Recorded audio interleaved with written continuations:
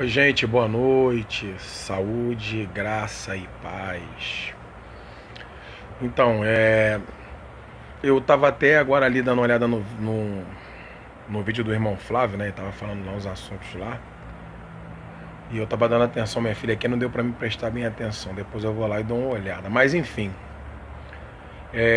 Gente, eu gosto de ver diálogo e debate, né? Que o pessoal tá falando muito sobre o dízimo. Aquele debate de sempre, né? Uns defendem o dízimo e outros questionam, né? Muito bom, muito interessante. Eu gosto disso. Só que eu vi algumas postagens aqui acerca do dízimo. Teve uma que me chamou a atenção.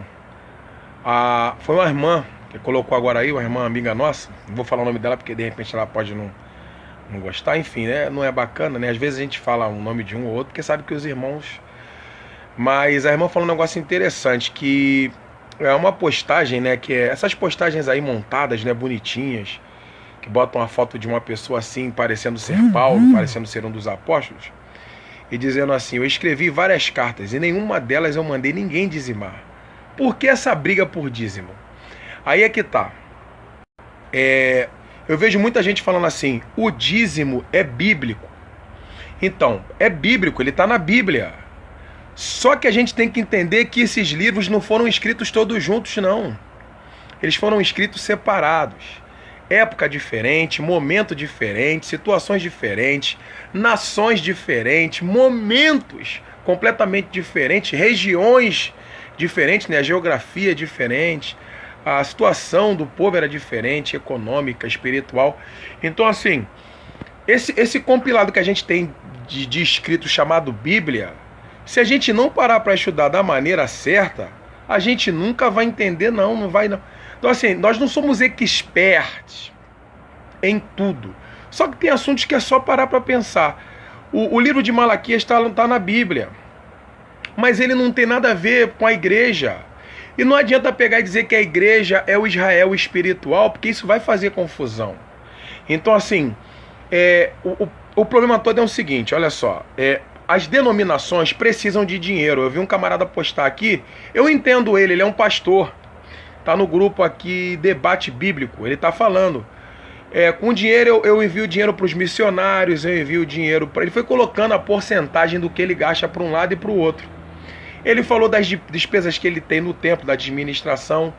Então, nesse sentido, vai ter que ter dinheiro, não tem jeito. Vocês entendem? Então, assim, a instituição, ela não vai abrir mão da nomenclatura dízimo, dificilmente vai abrir, porque se abrir mão, a maioria das pessoas que estão acostumadas com isso, que foram ensinadas assim, elas não vão dar dinheiro. Então, assim, é uma questão a ser pensada e dialogada. Por exemplo, eu não dizimo, não dou dízimo nenhum, não dou nada, não dou dinheiro nenhum para lugar nenhum. O meu dinheiro é para ajudar quem precisa. Então, mas não preciso ficar falando. Então, assim, o problema é que o modelo de igreja das Escrituras é uma coisa. O modelo de igreja que a gente aprendeu aqui no Brasil, que veio de Portugal, principalmente, é outra. Então, assim, às vezes a gente vem aqui falar, não é no intuito de desmerecer ninguém, não, gente. Não é não, o intuito não é esse, não. O intuito não é chegar aqui e desanimar criticar o evangélico, né, o católico. Não é nada disso, não.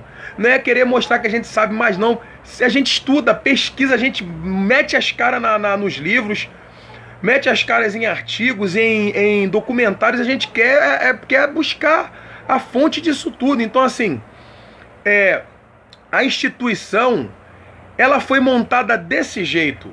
A instituição, ela foi montada dentro dos padrões da Igreja Católica Romana, onde se tem a estrutura, o templo. A protestante copiou isso. A diferença entre uma e outra é pouca, é mínima. Então, assim, mas quando a gente vai para as Escrituras, lá, ler, igreja não tem nada a ver com uma e nem com a outra. A gente não está falando que as pessoas que estão nesses lugares estão em pecado, estão errado. Não, não é isso não é nada disso.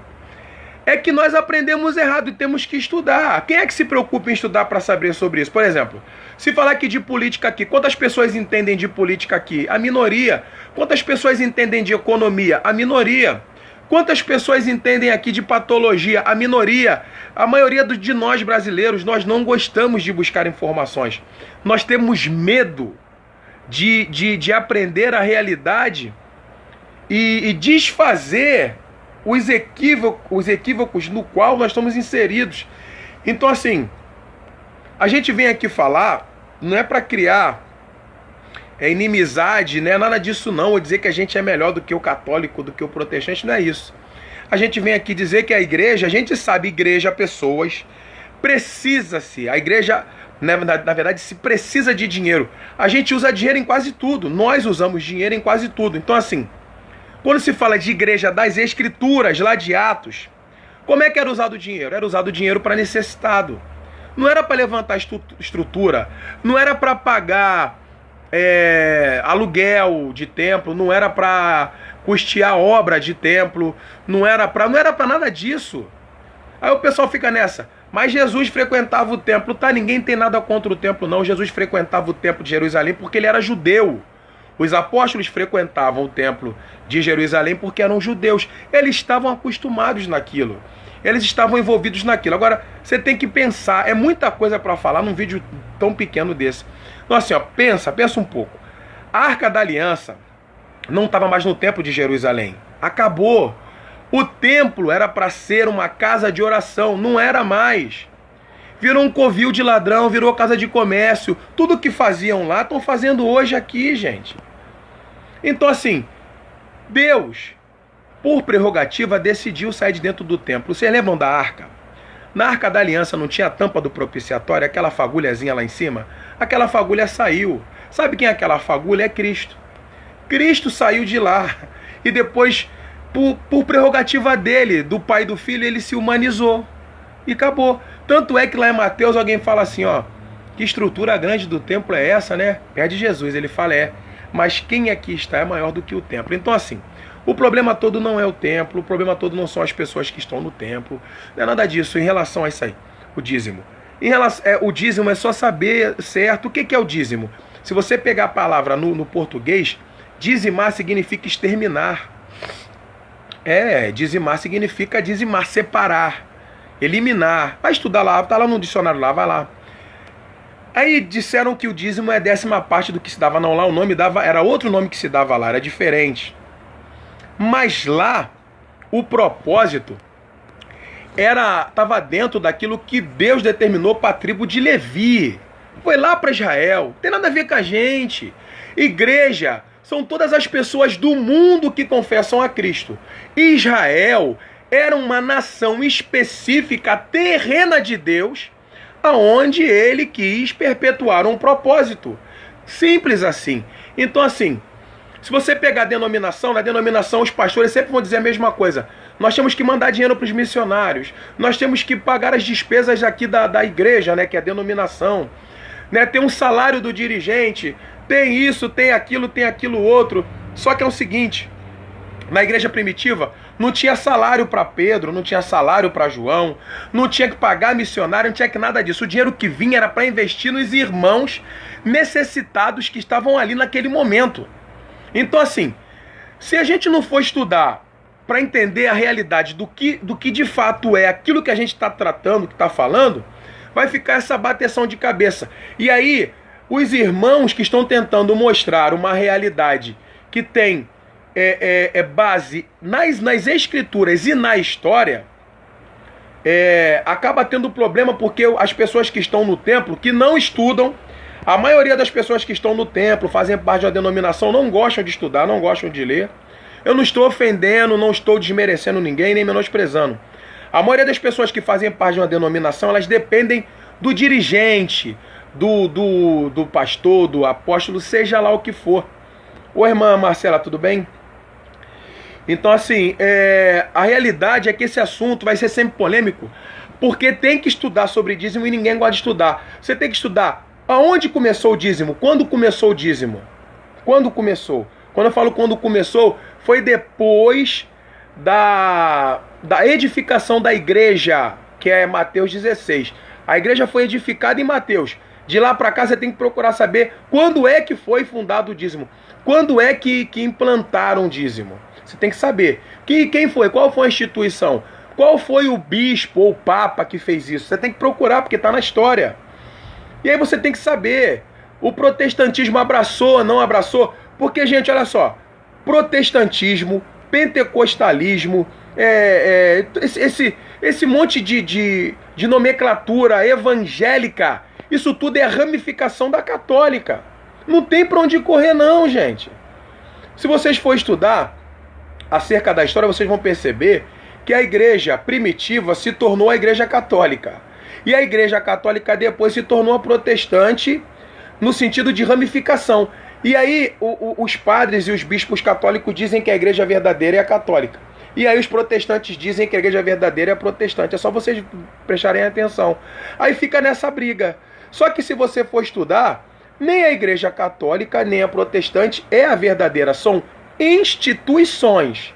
Agora, eu não estou falando das pessoas que fazem parte, não. Eu estou falando de instituição. A igreja verdadeira é a de Mateus, capítulo 16, que começa lá em Atos, no capítulo 2. Ali é a igreja verdadeira, que está escrita. Eu não estou falando que eu sou a igreja verdadeira, eu estou falando do que está escrito.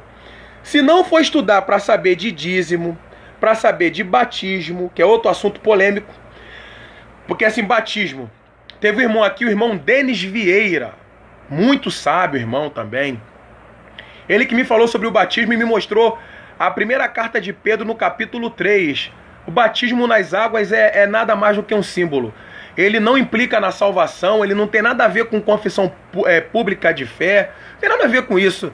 Era só um símbolo do passado, que os judeus tinham esse hábito de ficar se purificando, limpando de tudo. Lavavam as mãos, tomavam banho toda hora, eles tinham 7 talhas dentro de casa, né? As pessoas bem-sucedidas tinham 6, 7 talhas lá, cheio d'água para purificação. Isso é os judeus. Quando o evangelho alcança as nações, as outras nações elas não têm esse mesmo hábito. Elas não têm hábito de higiene, de limpeza como os judeus. Os judeus foram tratados por Deus para serem do jeito que eram. E aí viraram até extremistas, né? Mas então, é a mesma coisa. O batismo, a ceia. Pegaram a ceia, transformaram num rito religioso. Mas a ceia é comida, é comer. Quando Jesus sentou com os apóstolos lá em Mateus, Marcos, Lucas e João, ele sentou para fazer uma refeição. É só ver a palavra no grego. Ceia significa principal ou última refeição. Acabou. Jesus sentou para comer com os caras. Quero comer com vocês. Aquilo era comida. Esse negócio de ficar pegando a substância ali e santificar, espiritualizando a substância, o pão, o vinho, a comida. Gente, pelo amor de Deus. Você entende? Fica essa discussão. Senão, eu sou a favor de diálogo. Eu sou a favor, sim, de confabular. Sou a favor. Agora, de briga, não. Então, assim, os irmãos que não estudam, eu sei que um monte de gente aqui não vai gostar, mas não adianta, essa é a verdade. Os irmãos que não estudam, eu aconselho, vai estudar. Mas não vai estudar do jeito que o teu pastor te ensinou, não. Vai estudar do jeito certo. Zera. Oi, Edmilson, tudo bem? Oi, Irmandalca, tudo bem, Irmandalca? Paz, tudo bem. Edenilson, tudo bem, Edenilson? Boa noite, gente. Boa noite pra vocês. Então, assim, gente, vai estudar. Não adianta, ritos cerimoniais, espiritualizar isso aí não vai levar a lugar nenhum. O que tem que ser entendido é que tudo do evangelho é para vir para cá, para dentro da consciência, é para transformar aqui e equilibrar com isso aqui, ó. Emoção e razão. É para colocar os dois de pé de igualdade. O que Deus quer da gente? O que Deus quer da gente? Vamos pro português claro. O que Deus quer da gente, da humanidade? Que nós tomemos vergonha na cara. Eu até estava aqui agora lembrando das façanhas de Davi. Davi derrubou Golias, não derrubou Golias? Pô, foi molinho. Mas derrubar o próprio ego, para ele não pegar a mulher de Urias e matar o cara, ele não conseguiu derrubar. Era isso que Deus queria. Aí para pensar, o que Deus queria na verdade? O que era melhor para Deus, na visão de Deus? Que Davi derrubasse o gigante lá, Golias, e fizesse o que ele fez depois com Urias? Ou que ele derrubasse o próprio ego lá para não fazer o que fez com Urias e perder para Golias? Para Deus era melhor ele perder para Golias. e aqui derrubar o próprio ego dele. Não foi José. José estava pertinho da mulher de Potifar. A mulher de Potifar deu mole para José. Devia ser linda aquela mulher. As mulheres do Egito. Devia ser linda. José meteu o pé, ó, saiu fora.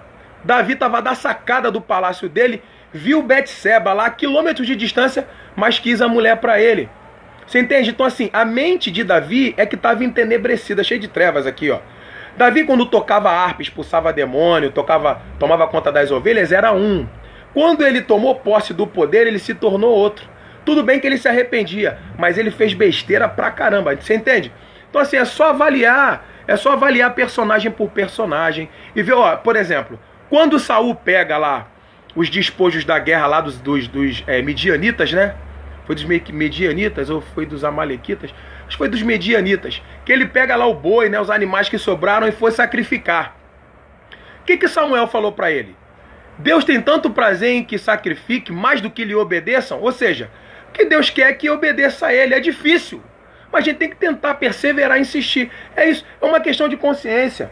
Esse negócio de dízimo. Vamos tirar a palavra dízimo, vamos falar dinheiro. Nós na obra precisamos de dinheiro, na obra de Deus, do jeito que está nas Escrituras, precisamos. As instituições, elas só precisam voltar para as Escrituras. Ó, gente, a igreja de Laodiceia, lá de Atos, era ricona. Tava tudo certinho, o dízimo entrando, prosperidade a mil, mas Jesus estava do lado de fora, gente. É só a gente admitir que a gente está na direção errada que vai dar tudo certo. A gente volta atrás e começa tudo de novo, não é feio não. Feio é insistir no erro. Então assim, você vê, por exemplo, eu vejo aí direto aí pastores falar que gastam milhões com rede de televisão. Aí os membros falam assim, é para pregar o evangelho. Meu Deus do céu, gente, não tem pregação maior, não tem no mundo, não tem, do que a manifestação do amor. Pega esse 1 milhão que paga para poder ter um canal na rede de televisão e vai para a rua distribuir roupa, remédio, cesta básica, ajuda no aluguel, ajuda nas despesas de casa de pessoas pobres, para vocês verem o que vai ser mais eficaz.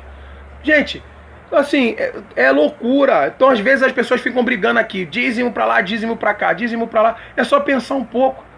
Se Jesus estivesse aqui hoje, Jesus montaria uma mega denominação? Não. Porque ele mesmo profetiza a queda do templo em Mateus 24. Ó, o templo vai cair. Não quer instituição. Em Lucas 17, 20 e 21, ele diz que o reino de Deus não vem com aparência exterior, na visão humana. Não vem. Nem vão dizer, eis ele ali ou eis ele aqui. Vocês entendem? Jesus não está falando de estrutura não, gente. Isso aí foi invenção. Inventaram isso tudo. Aonde a gente vai ficar? Tudo bem. Ter um lugar para se reunir não é pecado não. O problema todo é pegar dinheiro, muito dinheiro, e investir em canal de televisão, investir no templo, esquecer das pessoas. Gente, no evangelho tem prioridade. Para que é o dinheiro? É para cuidar das pessoas. O dinheiro não é para ficar pagando salário pra gente não, para pessoas que não... Eu vou viver da obra. Viver da obra significa você trabalhar em prol dela, mas vai trabalhar para ter teu salário. Paulo trabalhava, o próprio Jesus trabalhava. Depois que ele começou o ministério terreno dele, ele parou porque era a propósito de Deus. Mas os outros tudo faziam alguma coisa, gente. Tem que fazer alguma coisa. Vai ficar a vida toda dependendo dos outros, e aí fica esse negócio de que tem que ter altos salários, pastores ganhando 25 salários mínimos, 20 salários mínimos. Aí dá essa briga aí por liderança. Não querem largar de jeito nenhum a posição porque é rentável, dá dinheiro, e aí dá briga. Famílias que se mantêm no poder durante anos e não saem de jeito nenhum. Por quê? Porque ali fundaram os seus próprios impérios. Então assim, tudo tem que ser avaliado, tudo tem que ser estudado, tudo tem que ser pensado. Não é gente indo atrás do que vão falando e vão... O evangelho não é isso. O evangelho é emocional, equilibrado com racional. Esse negócio de ficar... Não, teve gente aqui que já falou comigo já. O que o meu pastor falar, eu sigo. Se não for ele, eu não sigo. Então vai se dar mal. Eu prefiro seguir o que Cristo ensinou. Eu prefiro seguir o que Cristo ensinou para os apóstolos, e os apóstolos ali também passaram muita coisa boa. Então assim, aí fica esse negócio de dízimo para lá, dízimo para cá. Olha só, pessoal que estuda a Escritura, pessoal que estuda, que estão nesse momento fora das denominações. O pessoal que está fora entendeu pelos escritos como é a contribuição. E de fato se você pegar de Atos até Apocalipse, você não vai achar dízimo nenhum lá. Não tem, não tem. É uma coisa que não adianta bater de frente porque não tem. Então vamos lá. O pessoal da denominação. O pessoal da denominação, na cabeça deles, Malaquias 3:10 é para a igreja. Só que eles têm que estudar para saber quando foi escrito Malaquias, para quem foi escrito, em que contexto está o profeta, né, que a palavra Malaquias é mensageiro. É só estudar. Então assim, o pessoal que está dentro não vai entender o que está fora. Não vai entender. É difícil de entender. Eu também estive dentro, é difícil de entender. Então assim, quem que vai convencer esse pessoal que está dentro? O Espírito Santo. A gente para de falar? Não, a gente não para. Mas também, ó, brigar, se estressar, como eu já vi aqui, sabe, entrar em uma certa guerra, também não vai dar certo. A gente vai tentando falar quando tiver oportunidade. A pessoa não quer ouvir, a gente recolhe nossa insignificância e deixa. Daqui a pouco vai chegar na realidade, vai ler o texto. Quando começar a ler, se deparar com a verdade. Quando começar a ler da maneira certinha ali, de carreirinha ali, de maneira linear, pronto, acaba o problema. Porque o negócio é leitura, é só ler. Se você pegar Malaquias, capítulo 1, verso 1, tá lá assim, ó. O peso ou sentença da palavra do Senhor pelo ministério de Malaquias contra Israel. Acabou. Não adianta falar assim, mas a igreja é o Israel celestial de Deus. Não tem nada disso não, gente. A igreja, é o povo de Deus, no Filho Jesus. Acabou. Acabou. Até os israelitas lá, se eles não confessarem, né, a Cristo, a situação deles vai se complicar. Vocês entendem? Paulo fala isso em Romanos capítulo 10, é só ler. Então assim, esse negócio aí, esse debate de dízimo, e tem gente que fala assim, dízimo é uma questão de fé. É questão de fé nada, é questão de ler. A igreja, a eclésia, ela vai trabalhar com dinheiro sim, porque o dinheiro, a gente usa dinheiro para muita coisa, não tem como correr disso. Mas não da maneira que os israelitas usavam. Tem nada a ver com aquilo. Quando Paulo pede contribuição em 2 Coríntios capítulo 9, é só ela ver lá do que ele está falando. É ler o texto devagar de carreirinha. Então assim, aí tem gente que fica assim, não, eu tenho que dizimar, eu tenho que fazer, eu tenho que acontecer. Às vezes, se aperta, eu falo porque eu já vi, gente ficar sem o dinheiro do gás para dar dízimo. Filho doente, aí a pessoa, não, Deus vai curar, eu tenho fé que Deus vai curar. Vai lá e dá o dízimo e Deus não curar a pessoa, e depois Deus é culpado. Cara, é só pensar, eu tenho um dinheiro em casa, meu filho tá doente ou minha filha, e o dinheiro que eu tenho ali é pro remédio, eu não tenho pra mais nada, eu não que dá dinheiro, eu vou comprar o remédio. Eu tenho que comprar o gás, o único dinheiro que eu tenho é aquele gás acabou, eu vou comprar o gás. Eu não dou mais, eu dizimei durante 3 anos ou 4. Minha vida financeira não melhorou em nada. A gente é que pensa que melhora, pensa. Agora minha vida financeira está melhor. Não está do jeito que eu queria, mas está melhor do que quando eu dizimava, porque aquele dinheiro que eu dava lá agora está sobrando aqui. Aí eu dou do jeito que eu quiser. Se tiver uma pessoa passando fome, a gente vai lá e dá comida. Se tiver uma pessoa doente, a gente vai lá e dá um remédio. Se junta com 1, 2, 3 irmãos. Quantos irmãos aí o Espírito Santo enviar e a gente ajuda. Agora ficar dando dinheiro todo mês, como se fosse uma mensalidade. O carnê da salvação. Aí fico lá, não. E detalhe, ainda falam que dizimar, é a maior prova da fidelidade a Deus. Não é não, gente. Vai ler os textos lá de Hebreus, capítulo 11. Vai lá ler direitinho as cartas dos apóstolos. A maior prova de fidelidade a Deus é morrer pelo Evangelho. Essa é a maior prova. É morrer pela fé que confessa. Então assim, não adianta ficar cheio de marra porque dá dízimo, porque vai a todos os cultos, porque eu já fui. Eu também fiquei cheio de marra. Não resolve nada, Ó, quer ver? Para acabar com esse negócio de dízimo, é só aceitar, é só o cara ler e aceitar. É só ler a parábola do publicano e do fariseu, lá em Lucas capítulo 18, se eu não me engano. É só ler lá. Lucas capítulo 18, a parábola do fariseu e do publicano. Quem fala é Jesus, ele fala assim, ó. 2 homens subiram ao templo a orar, 2 homens judeus, um publicano e um fariseu. O fariseu orava consigo mesmo assim, ó. Ó Deus, graças te dou. Vai lá ver se não está escrito lá, Lucas 18. Ó Deus, graças te dou, porque não sou como os demais homens roubadores. Aí vai falando os defeitos do cara e diz assim, dou o dízimo de tudo quanto tenho, faço não sei quantas orações ou jejum, e te dou graças. né? Ele tá falando do que ele faz. A oração dele era essa, é com ele mesmo. E aí o outro, que era o publicano, o texto diz lá assim: e o publicano nem ainda para o céu queria olhar, mas batia no peito dizendo: Senhor, tem misericórdia de mim, pecador. Pronto. Ele não deu dízimo, ele não orou, né? Não orava 3 vezes ao dia, ele não dizimava, não fazia nada. Ele só se arrependeu. Senhor, tem misericórdia de mim, pecador. Aí vai lá ver o que Jesus fala. Aí tem gente que fala assim: mas Jesus não está reprovando o que o outro cara faz. Claro que está reprovando. Está reprovando. Porque não é aquilo que salva ninguém, é arrependimento. Aí diz assim: mas o salvo dizima. Não. O salvo, ele tem coração generoso. Ele passa a ter uma mente generosa, voluntária, altruísta. Ele entende que o que ele tem, que o que ele recebeu como bênção é para poder partilhar com os outros que não têm. Então assim, evangelho não é uma questão de porcentagem, de 10%, 20%, 30%, não. Evangelho é uma questão de consciência, de generosidade, de bondade, de amor. É isso. Mas para fazer o quê? Para ajudar o próximo. É para comprar bateria da igreja? Não. Em vez de eu comprar uma bateria, eu compro alguma coisa que uma família está precisando. É para comprar o data show da igreja? Não. É para comprar aquilo que o necessitado está precisando. É para quê? É para comprar banco para a igreja? É para comprar microfone? Não é nada disso. Isso são hábitos nossos. Nós é que criamos esses hábitos que a gente pegou lá do pessoal da Europa, que veio para cá. Aí depois vem Gunnar Wingen, Daniel Berger, traz para cá um evangelho também todo misturado também com o protestantismo, com o catolicismo, e a gente só vai seguindo as cópias, as xerox do evangelho que a gente nunca conseguiu seguir de verdade.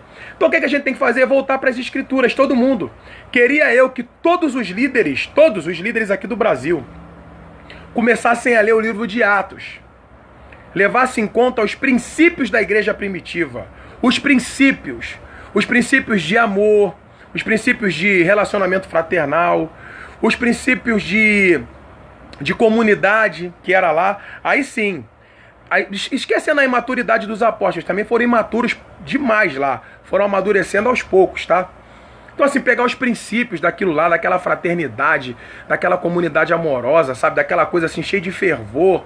Priscila e Áquila recebendo em casa os irmãos que eram expulsos das suas casas, que eram perseguidos. Priscila e Áquila tinham um esconderijo dentro da própria casa. É só ler a história, tem um filme de Paulo também que narra, a história diz aquilo que o filme está mostrando. É só ler cada detalhe de Filemon. Filemon também tinha uma comunidade na sua casa, abraçava os irmãos que estavam sendo perseguidos.